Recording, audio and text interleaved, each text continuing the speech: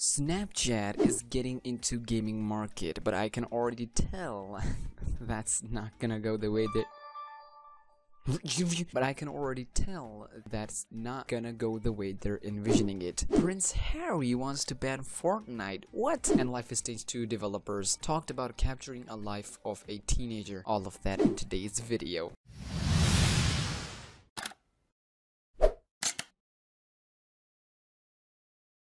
What is up, SmackNPie? SmackNPie here, back again with another gaming news video covering all sort of gaming news and keeping you updated with all important gaming world news. And today we are talking about 3 important news from this week. And if you're new here and want to see more gaming theories, news, and leaks, start now by hitting the subscribe button and that bell so you don't miss anything. Alright, let's start with Snapchat. I have no idea how this got into the news. I have no idea what were they thinking, but here it is. TechRadar.com reporting that Snapchat launches new gaming service called Snap Games. Well, couldn't get any cringier than that, but ho, we haven't even scratched the surface yet. With the description of ad-supported games, yes, not just any games, but ad-supported games comes to Snapchat. Let's see what we got. Snapchat has announced that it is launching its own gaming service, Snap Games, which will allow users to play a game with their friends in real time. Ooh, the announcement came at the company's partner summit in Los Angeles, where it revealed it would be releasing a series of games exclusive to the platform. Ooh, including one called Bitmoji Party. So these are not the games you will find anywhere else, but on this amazing, not cringier platform. You will be able to access the games within Snapchat's chat feature, which now features a rocket button. Once you tap this,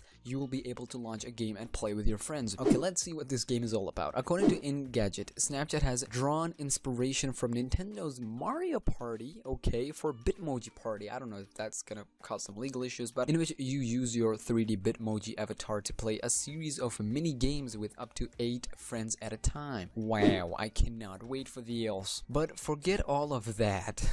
Because here's the catch that really makes this all interesting and juicy. While all of the new games will be free to play, you will need to watch 6-second ads throughout your gaming sessions, which could prove quite annoying if they interrupt gameplay. Well, no shoe.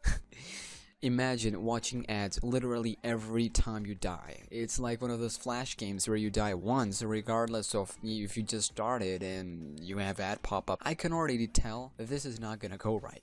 This is not gonna go in any way they are thinking. But another thing they added, that Snapchat hasn't made any mention of in-app purchases, but it could be a possibility in the future as a way for third-party developers to monetize their creations. Now, I don't use Snapchat at all. My brother does. I don't.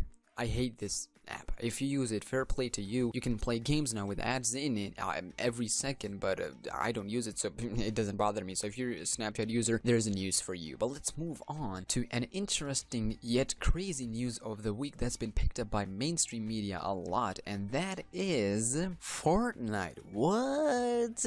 And it's not any normal Fortnite news. It is Prince Harry right to want game banned? That's reported by BBC News. So basically, if you don't know, Prince Harry, he wants to ban Fortnite. Well, BBC News reporting that, quote, Prince Harry has called up for a ban on Fortnite, saying the survival game beloved by teenagers around the world was created to addict it. Well, Prince Harry, with all due respect, I don't know if you ever played a game, but developers designed these games to be addictive in the first place. But let's give them the benefit of the doubt. What did Prince Harry said? Okay, here's what he said. He said that game shouldn't be allowed. Where is the benefit of having it in your household? It's created to addict, an addiction to keep you in front of a computer for as long as possible. It's so irresponsible. It's like waiting for the damage to be done and kids turning up on your doorsteps and families being broken down.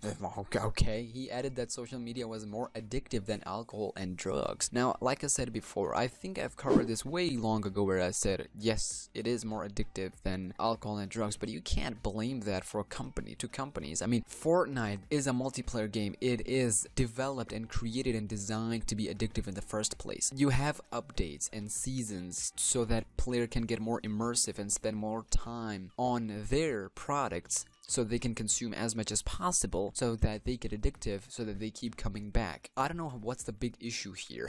it's up to the parents, it's up to the kids. Blaming entire majority of gaming industry just because of minority, I think we are going to the wrong path here. But again, that's just my opinion. Let me know your opinion down in them comments. Speaking of games and good games, Life is Strange 2 developer talks episode 3. ShackNews.com, this is the final news of the day, by the way. ShackNews.com reporting that Life is Strange 2 interview capturing the life of a teenager. Shack News went and did an interview with producer and co-creative director of Life is Strange 2 to talk about teenagers, their life, and meeting people and other important detail. I'm just gonna quickly read the important quotes here so you can get along very well.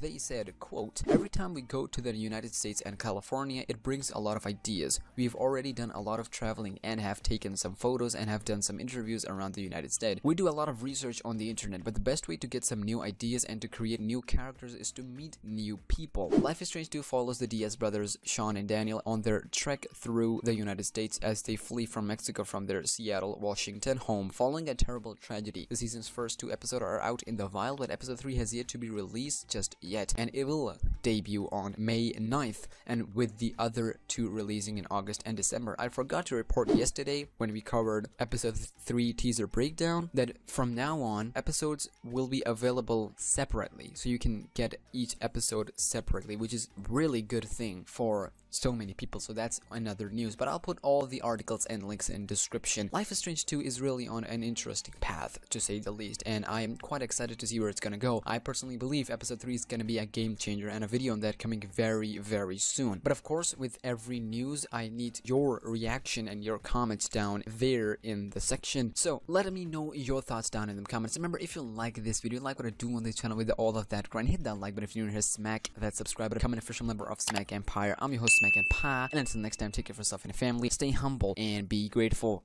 and peace.